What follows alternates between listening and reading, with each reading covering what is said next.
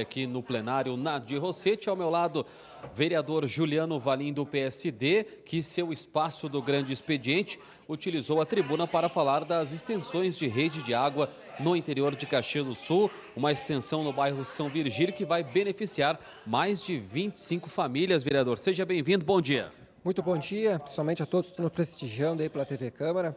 Claro, é uma satisfação. No último sábado estive lá com o prefeito Adiló, juntamente com demais membros aí da secretaria, também com o presidente João West, do SAMAI, aonde que após 20 anos a conquista e a entrega da rede de água, mais de 20 famílias contempladas, onde que agricultores tinham grandes dificuldades em de fato receber água. Principalmente a época de verão, eram secas, e lá a população trabalha bastante com uva, ameixas, moranguinhos, além de diversas empresas que existem naquela região. Então, São Virgílio está aí com melhorias, benfeitorias, além de uma ponte que recentemente a Secretaria de Obras, através do secretário Suzin, toda aquela mobilização das lideranças comunitárias, e o prefeito Adiló também foi entregue naquela região, aonde que facilita o escoamento de produção.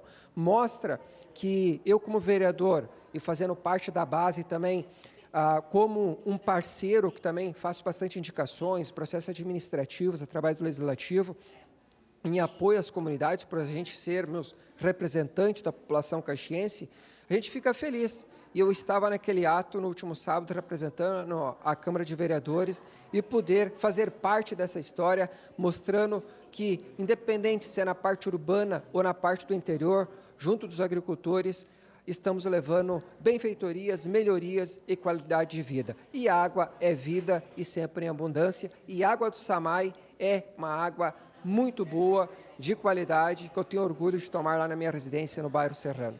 Vereador, obrigado pela sua participação e um ótimo dia. Com certeza agradeço, um forte abraço e que Deus abençoe a todos. Muito obrigado. Obrigado, eu que agradeço, Juliano Valim.